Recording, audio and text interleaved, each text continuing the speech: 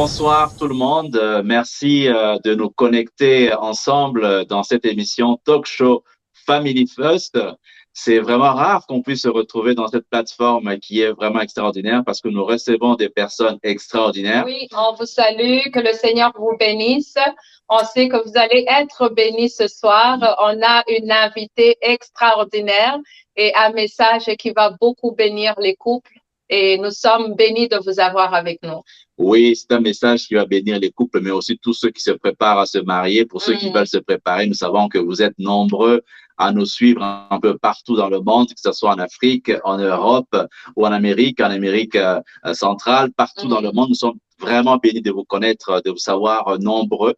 Et c'est vraiment une bénédiction de vous savoir dans la grande famille de Family First. Amen. Alors, pour commencer, nous avons une invitée spéciale, une invitée vraiment spéciale que nous recevons une fois l'année, mais c'est vraiment un pur bonheur de la voir. C'est un trésor de connaissances, c'est un trésor dans son cœur. Elle donne vraiment sans compter. Et je vais vous la présenter un peu dans sa biographie. Elle s'appelle donc Fabienne Daïti. Elle est diplômée de l'Université du Québec à Montréal depuis 2012. Elle est membre de l'Ordre professionnel des sexologues du Québec. Elle a comme cheval de bataille l'éducation à la santé sexuelle. C'est sa spécialité. Et aussi, elle a ajouté un peu dans son pédigré son intérêt qui est en termes de formation au niveau d'éducation à l'enfance. Elle s'occupe aussi des enfants, ce qui démontre son intérêt à pouvoir transmettre les connaissances qu'elle reçoit. C'est vraiment un privilège de te recevoir, n'est-ce pas, Fabienne Daïti. Elle est membre de l'Église MCI Canada, que nous aimons beaucoup aussi, n'est-ce pas, Joël? Oui, on y a passé au moins 10 ans. 10 ans. Oui, on a été formés, on a grandi spirituellement. C'est des frères et sœurs que nous gardons des contacts avec. Et c'est vraiment un privilège pour nous de t'accueillir encore une fois, Fabienne. On a été ensemble l'année passée. Oui, l'année passée. Oui, et vous revenez encore pour bénir le peuple de Dieu avec votre spécialité que le Seigneur vous a mis à cœur. Donc, vraiment, bienvenue. On sait que vous avez pas mal de connaissances que vous allez partager. On est dans le mois de l'amour. On l'appelle pas nous la Saint-Valentin, on l'appelle le mois de l'amour. Et dans l'amour, bien, il y a une section justement pour les couples, pour partager cet amour qui est par l'acte sexuel. C'est pas un tabou. En tant qu'enfant de Dieu, des fois, on pense que c'est un tabou, mais le Seigneur l'a créé pour que nous puissions en réjouir aussi. Dans le cadre du mariage, effectivement. Ça, c'est très important.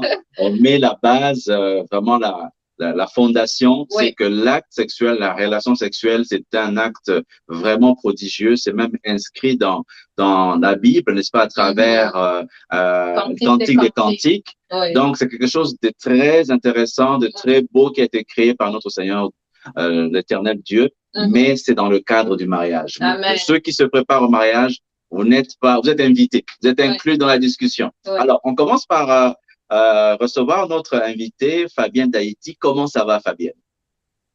Ça va super bien. C'est toujours un plaisir de vous revoir, de revoir le couple Joël et Emmanuel. Donc, c'est un plaisir pour moi. Oui.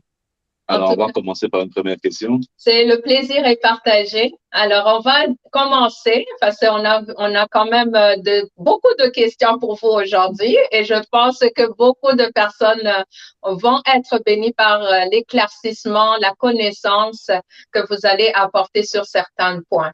Alors, la première question, c'est quel est le rôle d'une sexologue et quelle est votre clientèle au fait? Le rôle vraiment d'un sexologue, c'est vraiment un rôle d'accompagnateur. Donc, c'est aussi un rôle de coach. On le dit pas souvent, mais ça fait partie de notre rôle. On est un coach pour soutenir l'individu dans sa démarche vraiment d'épanouissement au niveau de sa sexualité. Lorsqu'on parle d'accompagnement, donc il y a aussi un volet éducatif. Des fois, quand l'information manque vraiment, des fois les gens viennent avec des préjugés, avec des informations erronées, des préjugés par rapport à la sexualité. Donc, on est vraiment là pour tout recadrer. C'est sûr que lorsqu'on encadre, des fois, ça peut prendre 1 ou 2 ou 3, dépendamment, ça peut prendre dépendamment de la situation, de la problématique de l'individu. Donc, ça, c'est vraiment ça. Étant donné, moi, je suis, comment je pourrais dire, je suis bachelière, donc j'ai pas nécessairement de maîtrise, mais quand même, on fait quand même le sexologue bachelier, il est capable de faire un bon travail auprès de sa clientèle. Donc, moi, ma clientèle, c'est vraiment, je me considère comme une généraliste. Donc, autant des enfants, je fais de l'éducation, la prévention, la sensibilisation des agressions sexuelles, autant auprès des parents, autant auprès des enfants et aussi auprès des groupes. Je peux voir un individu, je peux voir aussi un groupe de personnes. Donc, c'est vraiment, la clientèle est vraiment plutôt large. Il y a d'autres personnes peut-être qui vont préférer, comment je pourrais dire, avoir une clientèle spécifique. Pour le moment, je me dis, comment je pourrais dire, je me sens à l'aise vraiment à être une spécialiste générale. Je me dis, il n'y a pas beaucoup de spécialistes dans ce domaine. Pourquoi mettre l'accent sur une population alors que toute la population a besoin vraiment d'un sexologue? Il n'y en a pas beaucoup. Donc, c'est ça. En tout cas, alors, moi, j'aimerais bien savoir, l'autre thème de ce soir, c'est vraiment mariage, rebâtir une vie intime épanouie. Alors, on va commencer par bâtir et puis après, dans une deuxième partie, on va parler de rebâtir pour ceux qui ont vécu des difficultés. Alors, la première question que j'aimerais savoir pour clarifier les choses, quand on parle de vie intime, est-ce qu'il y a une différence entre vie intime et vie sexuelle? Qu'est-ce que tu peux faire comme distinction entre les deux? Ce qu'il faut comprendre, premièrement, la sexualité. La sexualité, comment je pourrais dire, il est dirigé par des facteurs autant biologiques, lorsqu'on parle biologique, de la santé en général. Parce que la santé sexuelle, ce n'est pas une partie que certains ont accès. Et non, ça fait vraiment partie de la santé en général, puisque l'être humain vraiment est un être tout simplement sexué. Autant l'animal est un être sexué de façon instinctive, mais l'individu, l'être humain, en tant qu'homme, femme, enfant, personne âgée ou autre, ont cette sexualité qui évolue au travers d'un corps qui prend, qui se transforme, qui évolue. Donc, le corps d'un enfant n'est pas le même que le corps d'un adolescent. Le corps d'un adolescent n'est pas le même que le corps d'une femme, par exemple, dans la vingtaine.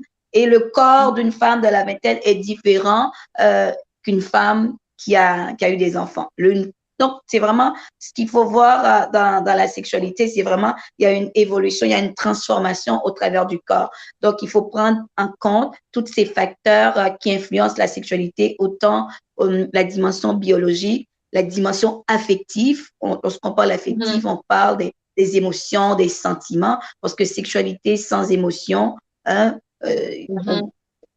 on pourrait dire tout simplement comme est-ce que ça rejoint la bête parce que les animaux aussi ont cette sexualité, mais est-ce qu'ils ont des sentiments pour être capables de ressentir les choses comme l'être humain? Ça, c'est la distinction entre la sexualité des animaux et la sexualité humaine. Il y a aussi la dimension culturelle.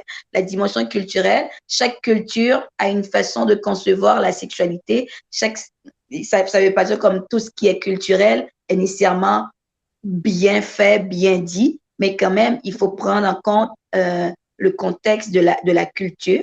Il y a aussi la dimension cognitive. Cognitive, c'est la connaissance que chacun a de la sexualité en tant que telle. Donc, justement, le but, on sait que la sexualité, c'est quelque chose qui est tabou en général à travers le monde. Il y a des cultures qui sont plus ouvertes. Plus ouverte ne veut pas dire que la connaissance exacte. On peut être plus ouverte et on va tout simplement à la dérive dans quelque chose quand même négatif. On est quand même moins ouverte. Ça ne veut pas dire que c'est bon ou c'est pas bon. Donc, c'est vraiment avoir la connaissance exacte. Un exemple, au niveau de la connaissance du corps, les transformations à l'adolescence, les transformations qui arrivent dans le corps d'une femme après la grossesse. Donc, tout ça, c'est vraiment des connaissances exactes. Il faut savoir, des fois, on n'a pas la connaissance exacte. Juste un exemple par rapport de connaissance exacte au niveau du corps, on sait que, tantôt je parlais de transformation, le corps évolue. Le corps d'un être humain jusqu'à sa mort évolue. Il est pas le même. Donc, on peut pas vivre une sexualité de la même façon, pareil, si on avait 20 ans, ou si on avait 5, ou si on a 50 ans, ou 80 ans.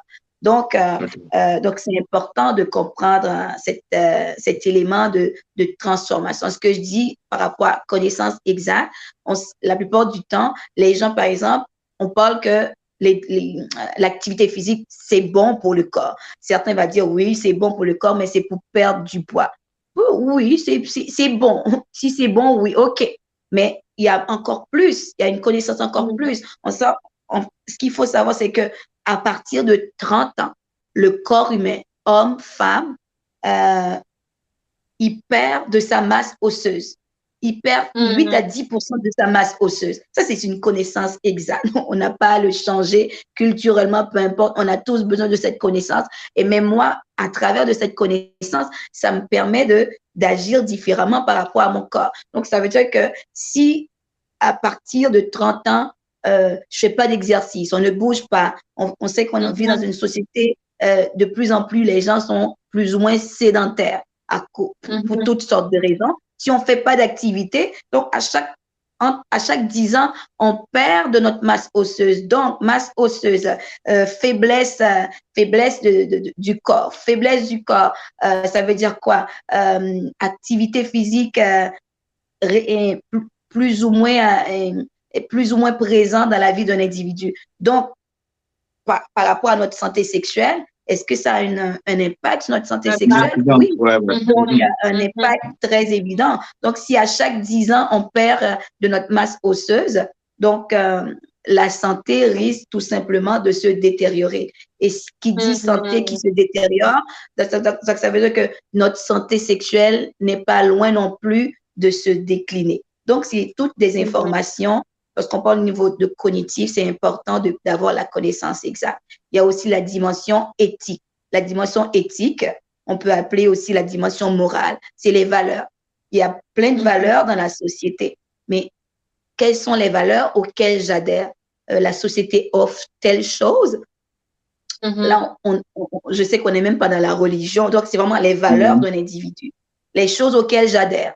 Je ne vais pas faire ce que les autres font, mais je vais faire ce que moi je fais parce que je suis en accord avec les valeurs, tout simplement. Donc, c'est important lorsqu'on parle de sexualité. Donc, c'est vraiment large. Donc, si on parle d'intimité maintenant, l'intimité, c'est un thème qui fait partie de la sexualité. Donc, c'est important de savoir c'est quoi l'intimité. Donc, l'intimité, c'est justement, lorsqu'on parle justement de relations amoureuses, donc la relation amoureuse, il y a des étapes. Les psychologues depuis des années, plus que des années, la psychologie existe, ont décelé des étapes de la relation amoureuse. Les étapes de la relation amoureuse, on parle de, comment je pourrais dire, la passion. Tout le monde sait la passion, c'est le coup de foudre. On sait que, on sait tous, on a tous eu un coup de foudre, soit à l'adolescente pour quelqu'un, puis c'est tout à fait normal. Et ce que les experts au niveau psychologie nous disent, c'est que la plupart du temps, les gens au niveau de la relation amoureuse, ils rentrent dans une relation amoureuse, ils rentrent même en couple dans la période de la passion. Peu importe le temps que ça prend, ils prennent un engagement, pour ainsi dire, avec quelqu'un qu'ils ne connaissent pas. Parce que l'intimité, c'est le fait de connaître une personne. C'est le fait d'être familier avec la personne. Pas juste son corps physique, mais d'être familier avec son âme intérieure. Être familier, lorsqu'on parle d'intimité, je suis allée comme vraiment étymologiquement, parce que pour moi, c'est important. La connaissance, c'est ça. On a beau dire quelque chose, quand tu connais quelque chose, même si tu n'as pas encore fait une action, à 50% pour moi, tu viens d'éradiquer le problème parce que tu viens d'avoir la connaissance exacte. Souvent, on parle d'intimité. Intimité, c'est quoi intimité? Non, c'est ce qui est profond, c'est ce qui est au-dedans, c'est ce qui est en dedans. Donc, pour moi, si je suis quelqu'un j'aime beaucoup la connaissance, dans le sens que quand tu as la connaissance, tu es conscient. Et quand tu es conscient, tu es responsable de tes actes. Tu es responsable du comportement que tu vas avoir par rapport à cette connaissance. Donc, l'intimité, lorsqu'on parle de relations amoureuses, ça prend vraiment d'aller au-dedans. Et s'il y a quelque chose qui nuit beaucoup dans la relation amoureuse, dans le couple, c'est justement le manque justement de cette profondeur, de cette intimité. Et l'intimité, il faut pas juste voir l'intimité sexuelle. Pour qu'il y ait intimité sexuelle, parce que il faut qu'il y ait toute une ouverture déjà faite, une ouverture émotionnelle. Souvent, dans les couples, les chercheurs, les psychologues vont remarquer qu'ils sont plus spécialisés au niveau des couples. Ah, il y a un moment donné, la passion, c'est quelque chose de naturel. Quand tu rencontres quelqu'un, ou peut-être que vous deux, moi-même, quand j'ai rencontré mon époux, c'est comme tu vois la personne, on s'est parlé, on s'est dit des choses sans même connaître le profond, le dedans de la personne. C'est déjà éprise, dépendamment les attentes que j'avais, dépendamment les attentes que vous aviez de la relation amoureuse.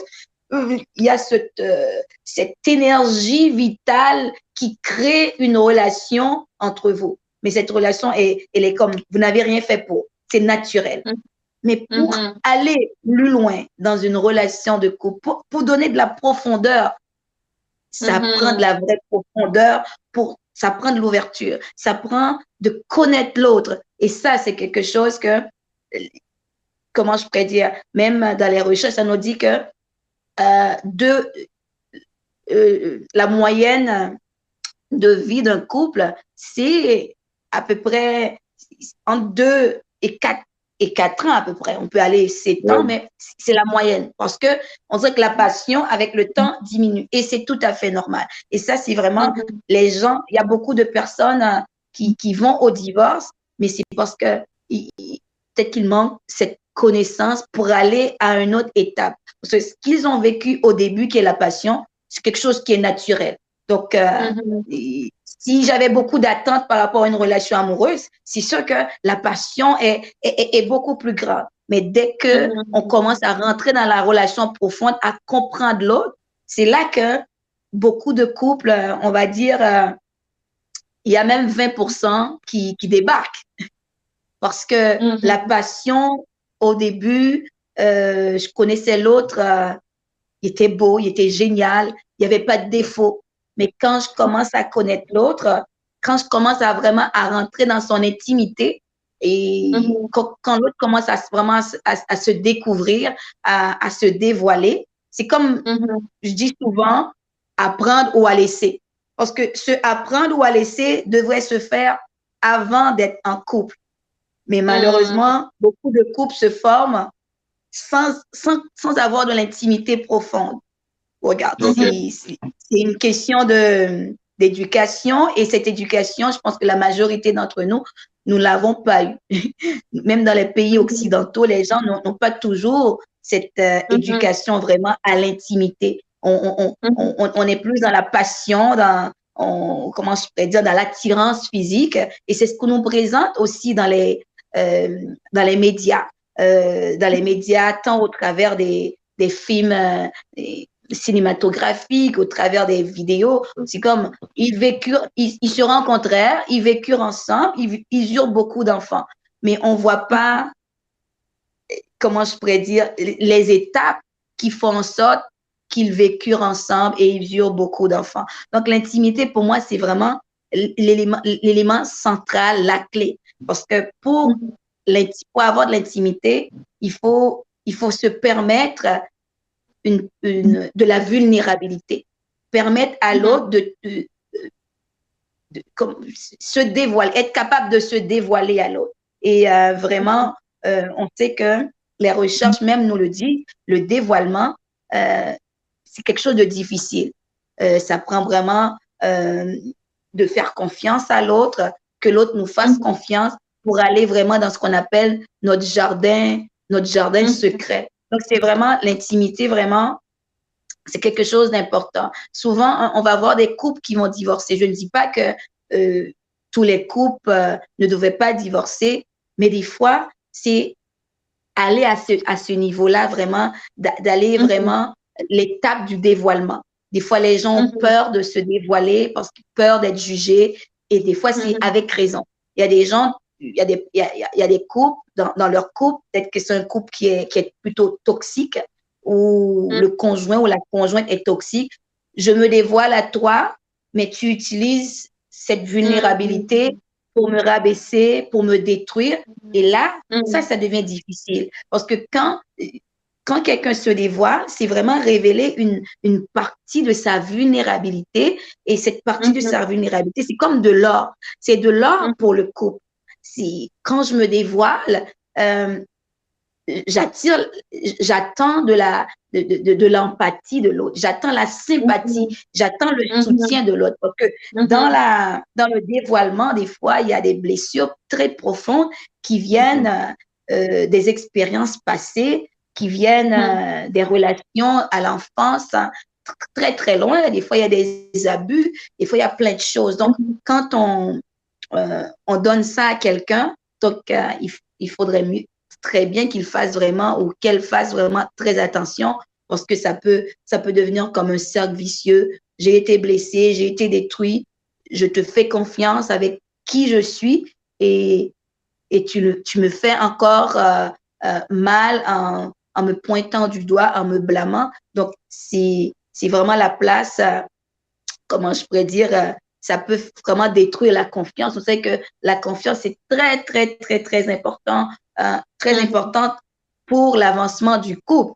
Donc, si dans l'intimité, on ne se fait plus confiance, donc c'est sûr qu'il y a un travail majeur à faire pour cela. Donc, l'intimité, donc pour moi, c'est ça. Donc, lorsqu'on prend l'étymologie même, c'est-à-dire qui vient du latin intimus, ça veut dire intime, familier. Qu'est-ce qui est familier à moi? Je dois te le montrer. Je dois m'ouvrir à toi. Quand je dis qu'est-ce qui est familier à moi, c'est comme, imagine l'autre, ça fait 25 ans, 30 ans que j'existe, un exemple, et que l'autre, il ne connaît pas mes 30 ans. Il ne connaît pas mes expériences de mes 30 ans. Qu'est-ce qui m'a touché, qu'est-ce qui m'a blessé, qu'est-ce qui ravive, comment je pourrais dire, la flamme en moi. Lorsqu'on dit la flamme, la joie de vivre en moi. Et cette personne-là, vraiment, je dois lui donner accès à cette intimus. Je dois lui donner accès à ce dedans. Et c'est quelque chose de réciproque. Et vraiment, c'est au fur et à mesure, je ne dis pas que c'est quelque chose qu'il faut se faire d'un coup, mais il faut que les partenaires puissent avoir ça dans l'esprit, se dévoiler au fur et à mesure. La personne que je suis aujourd'hui, je ne l'étais pas il y a 10 ans. Donc, je suis devenue, comme souvent on dit dans un verset dans la Bible, je suis une nouvelle créature. Et cette nouvelle création, on l'est à tous les jours.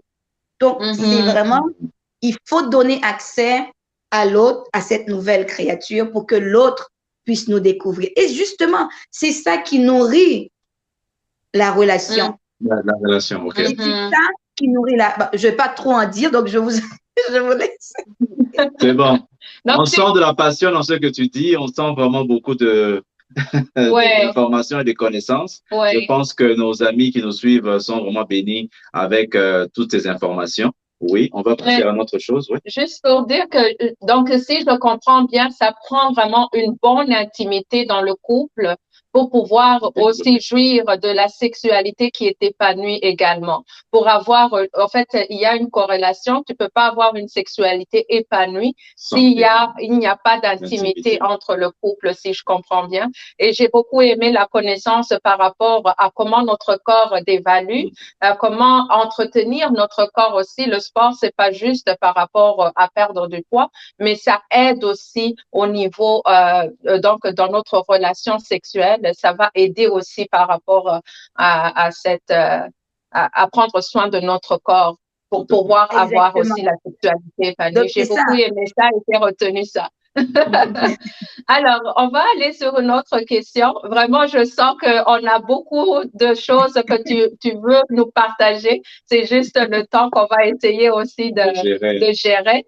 Alors, que peut-on dire à propos, vous avez parlé justement de cette passion de philéo, éros et agapao. Est-ce une autre façon de présenter les trois composants de l'amour selon Sternberg? Quand tu Moi, parlais je de pense que passion, définitivement, comment je pourrais dire, étant donné que la plupart du temps, l'amour éros, justement, on peut pas passer, même les scientifiques d'aujourd'hui ou même les philosophes et de la Grèce antique. Donc, justement, la plupart du temps, les gens s'inspirent justement de la pensée des Grecs, de la pensée des philosophes pour parler de sexualité. Éros, justement, érotique vient de Eros. Donc, tout ce qui est passion, tout ce qui est passionnel, tout ce qui est attraction physique. Et lorsqu'on parle amour philia, donc amour filial. Donc, filia, c'est ce que si dans un autre cadre, mais on peut toujours le comparer à l'intimité. Philia, c'est ce qui est familial, c'est ce que on va appeler même, c'est l'amitié. Donc, vraiment, pour qu'il y ait cette intimité dont parlait de Sternberg, donc c'est comparable. Donc, l'intimité et amour philia, donc c'est l'amour familiarité. Là, c'est apprendre à se connaître, c'est vraiment apprendre à connaître l'autre de façon intime. Et l'autre, l'amour agapéo. L'amour agapéo, c'est l'amour inconditionnel. Justement, c'est un processus. Est-ce que c'est tout le monde? Est-ce que c'est tous les couples qui atteignent cet amour inconditionnel?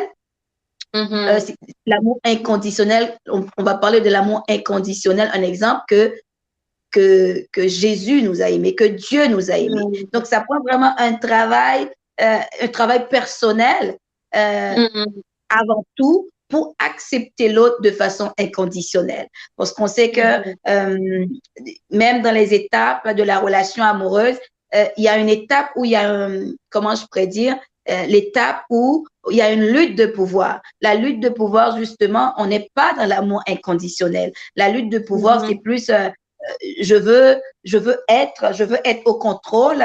C'est plutôt, il y a pas de, comment je pourrais dire, il y a pas nécessairement cet amour inconditionnel. Donc, il faut vraiment qu'il y ait un travail sur l'individu et que chaque couple, imagine que chacun dans le couple travaille à atteindre ce niveau d'amour inconditionnel. Donc, on pourrait dire même c'est la perfection en amour. Je pense que tout le monde le désire, mais ils savent pas nécessairement comment le faire, ils savent pas comment s'y prendre, mais si ça tombe bien, il y a des professionnels. Quand parfois dans un couple, tu sais que tu aimes ton conjoint, tu aimes ta conjointe, mais il y a quelque chose. Mais tu veux rester dans la relation ou les deux veulent rester dans la relation. Peut-être que l'étape suivante, c'est d'aller voir un professionnel pour nous aider. Des fois, pour nous outiller, pour qu'on puisse mieux comprendre. Des fois, c'est un mot qui va débloquer, qui va faire toute la différence dans la relation. Donc, des fois, il faut pas hésiter vraiment d'aller consulter pour, comment je pourrais dire, une personne, une tierce personne qui n'est pas émotionnellement prise par la relation peut souvent débloquer la relation. Okay. Une dernière question peut-être pour cette première partie, parce qu'on a pris quand même du temps pour mettre la base sur l'intimité, la sexualité, c'est important. Mais on va finir avec une dernière question par rapport aux fiancés, ceux qui se préparent à se marier. Et vous savez, on sait tous que le Seigneur, Dieu nous demande de s'abstenir des actes sexuels avant le mariage.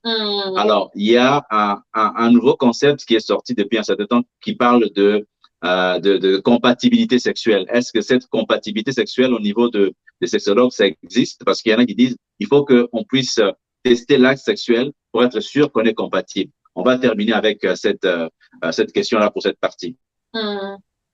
D'accord. Donc, c'est sûr que par rapport à la compatibilité sexuelle, donc, ce qu'il faut comprendre lorsqu'on parle de personnalité, c'est des traits de caractère. Et il y a un psychologue qui s'appelle Lewis Goldberg en 1981 qui a défini 5 traits de caractère. Il y en a d'autres dans le passé qui ont fait peut-être la même chose, mais lui, il les a vraiment renommés, recadrés. Et comment on appelle ces traits de personnalité? Il y a un premier trait qu'on parle, par exemple, d'ouverture. Ouverture, tout le monde peut le comprendre. C'est quoi ce trait? Qu'est-ce que ça fait en nous?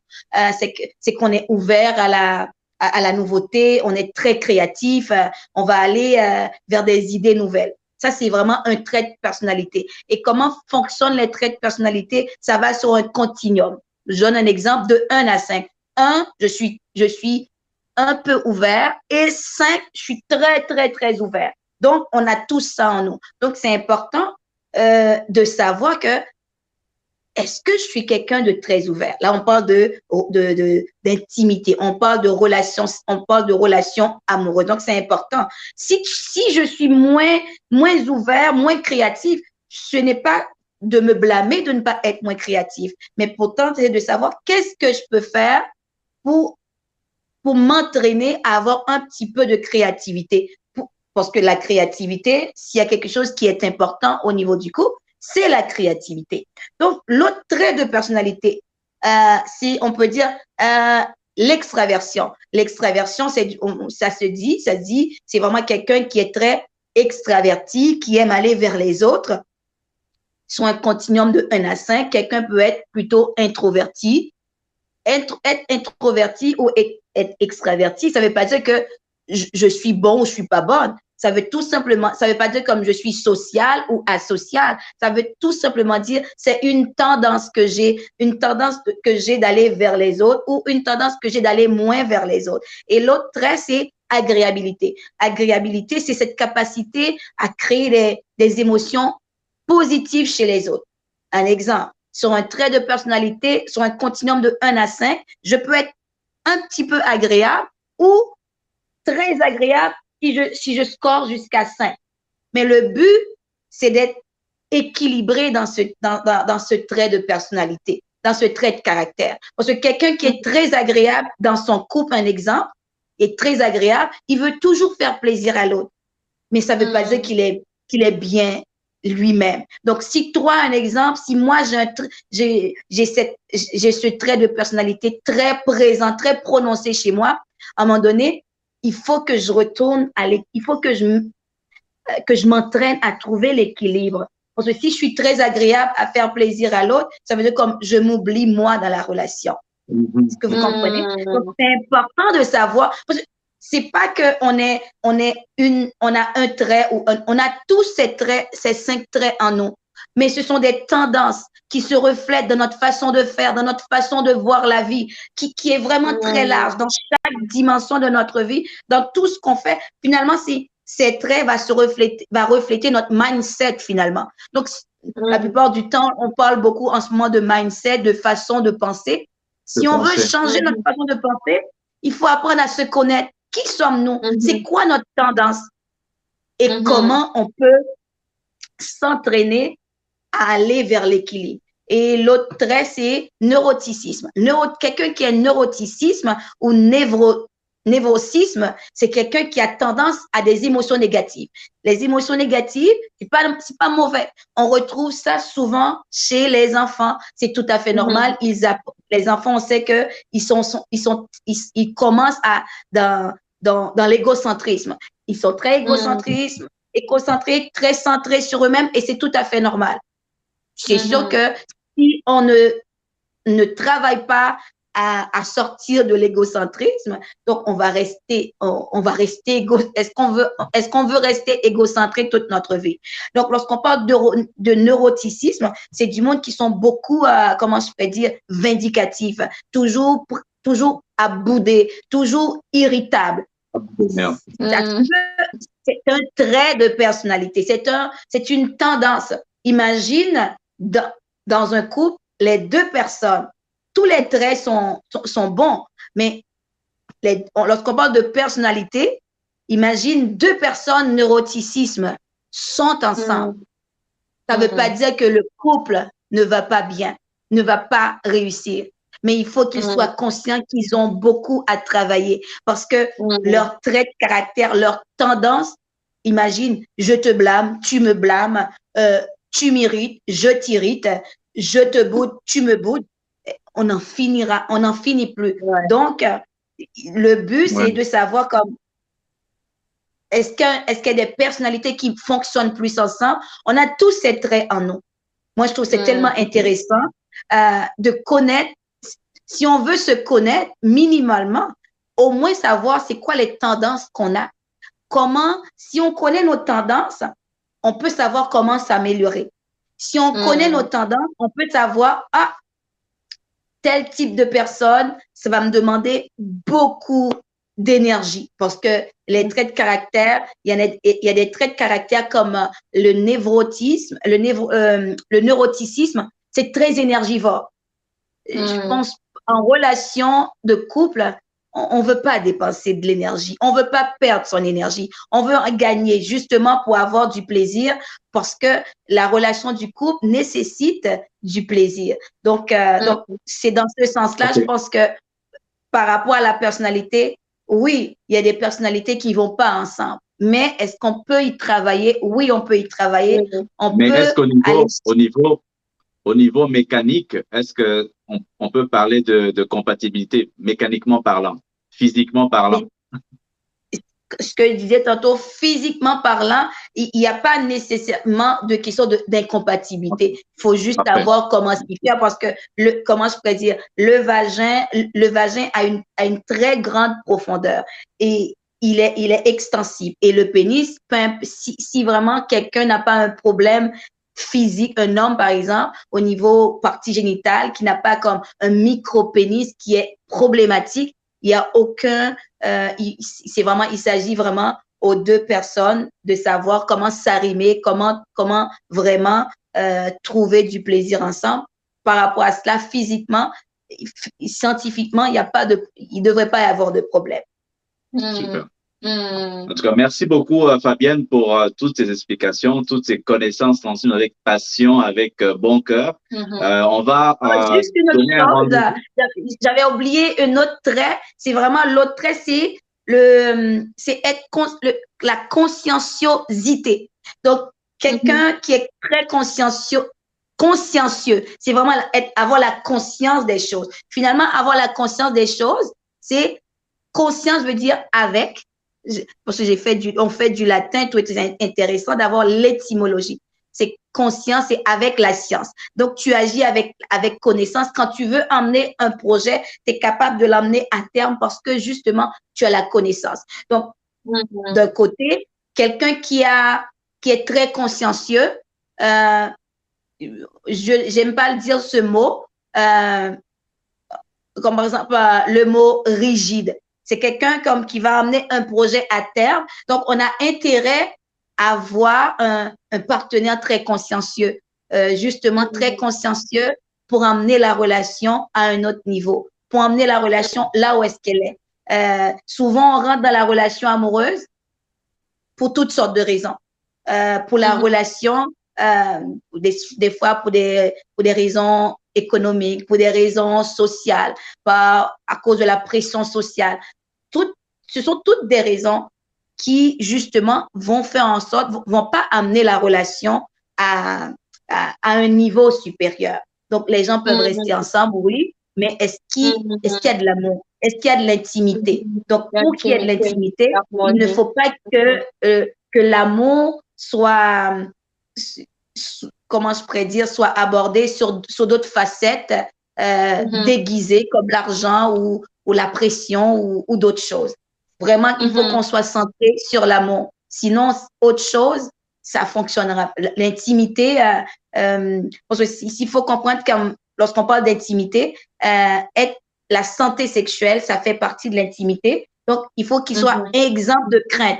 Des fois, on reste avec l'autre parce on craint le regard des autres. On craint qu'est-ce que les gens vont dire. On craint plein de choses. On craint parce que les choses vont pas bien à l'intérieur.